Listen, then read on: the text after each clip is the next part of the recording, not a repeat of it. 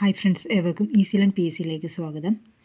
ഈ ആഴ്ചയിലെ പ്രധാന തൊഴിൽ വാർത്തകളാണ് ഈ വീഡിയോയിലൂടെ ഡിസ്കസ് ചെയ്യുന്നത്. നിങ്ങൾ സബ്സ്ക്രൈബ് ചെയ്യാതെ കാണുന്നവരാരെങ്കിലും ഉണ്ടെങ്കിൽ ഒന്ന് സബ്സ്ക്രൈബ് ചെയ്തേക്കണേ. അതുപോലെ തന്നെ ടെലഗ്രാം ലിങ്കിൽ ജോയിൻ ചെയ്യാത്തവരുണ്ടെങ്കിൽ ജോയിൻ ചെയ്യണേ. അതിനകത്ത് എല്ലാ ആഴ്ചയിലും തൊഴിൽ വാർത്തയുടെ PDF അപ്ലോഡ് ചെയ്യുന്നുണ്ട്. ടെലഗ്രാം ചാനലിൻ്റെ ലിങ്ക് ഡിസ്ക്രിപ്ഷനിലും മെസ്സേജ് ബോക്സിലും കൊടുത്തേക്കാം.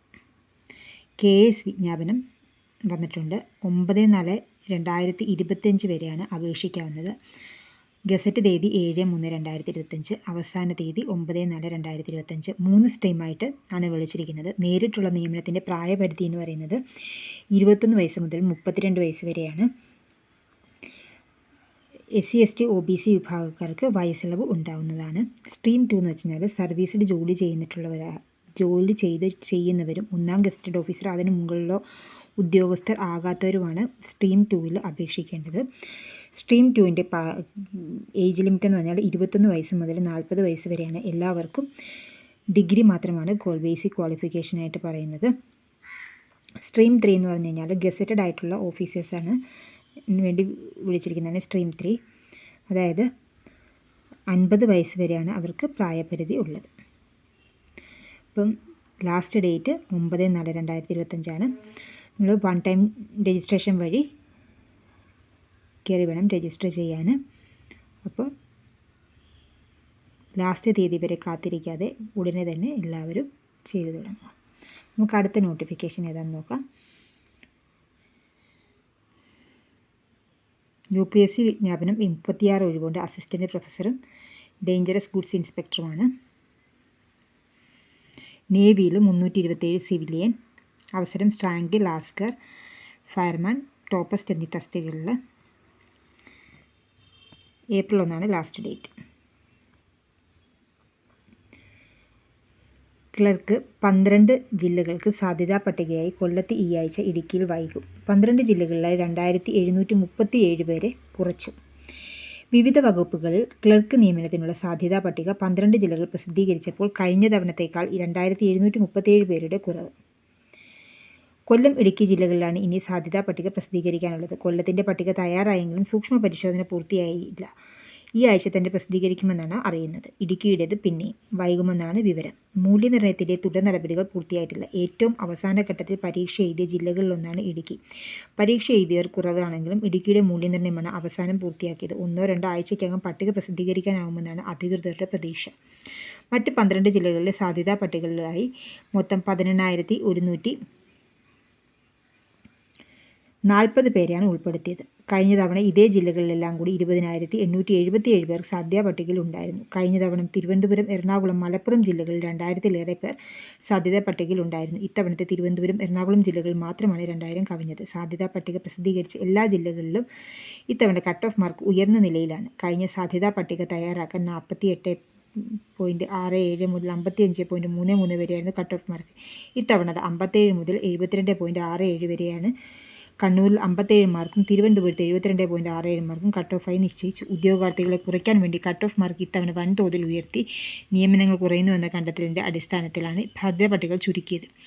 നിലവിലെ റാങ്ക് പട്ടിക ഇനി 4.5 മാസമേ കാലാവധിയുള്ളൂ. ഇതുവരെ 10,000 നിയമന ശുപാർശകൾ നൽകാനായിട്ടില്ല. ഇതിനു മുൻപത്തെ റാങ്ക് പട്ടികയിൽ നിന്ന് 12,000-ലേറെ പേർ നിയമന ശുപാർശകൾ അയച്ചതാണ്. സാധ്യതാ പട്ടിക പ്രസിദ്ധീകരിച്ച ജില്ലകളിൽ April, May മാസങ്ങളിൽ രേഖാപരിശോധന ആരംഭിക്കും. August 1 എല്ലാ ജില്ലകളിലെയും റാങ്ക് പട്ടിക ഒന്നിച്ചായിരിക്കും പ്രസിദ്ധീകരിക്കുക.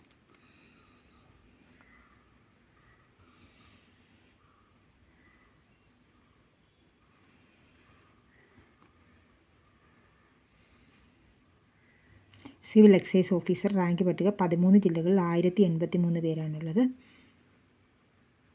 റിപ്പോർട്ട് ചെയ്ത ഒഴിവ് 126. കുടുംബശ്രീയിൽ K4 കെയർ 1000 എക്സിക്യൂട്ടീവിനെ തിരഞ്ഞെടുക്കുന്നു. ആദ്യം സർട്ടിഫൈഡ് കോഴ്സിലേക്ക് ചേർന്ന് പരിശീലനത്തിന് ശേഷം തൊഴിൽ സഹായം ലഭ്യമാകും. ഇരിങ്ങാലക്കുട കല്ലേറ്റുകരയിലുള്ള national institute of physical medicine and റീഹാബിലിറ്റേഷനുമായി ചേർന്ന് 1 മാസത്തെ സർട്ടിഫൈഡ് കോഴ്സിലാണ് പരിശീലനം.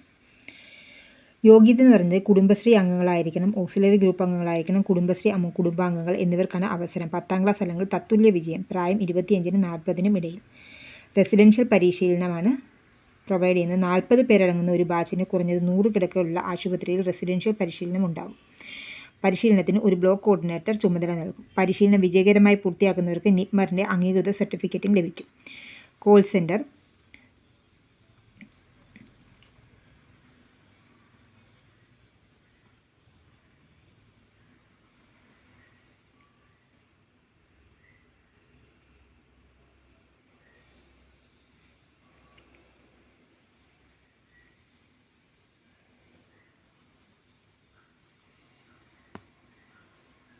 പൊതുജനങ്ങളുടെയും K4Care എക്സിക്യൂട്ടീവിനെയും പരസ്പരം ബന്ധിപ്പിക്കുന്നതിന് ഒരു സംസ്ഥാനതല കോൾ സെൻറ്റർ പ്രവർത്തിക്കുന്നുണ്ട്.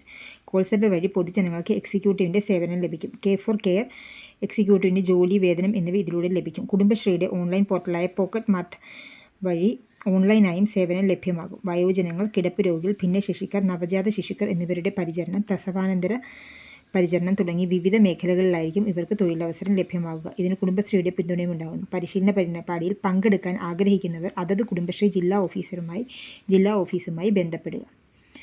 ഇതിൻ്റെ വേതന നിരക്കാണ് തന്നിരിക്കുന്നത്. മണിക്കൂറിനുള്ള വേതന നിരക്കാണ് ഇവിടെ തന്നിരിക്കുന്നത്. PDF വേണ്ടവർ ടെലഗ്രാമിൽ ജോയിൻ ചെയ്യുക. ആരോഗ്യ കേരളത്തിൽ 25 ഒഴിവുണ്ട്.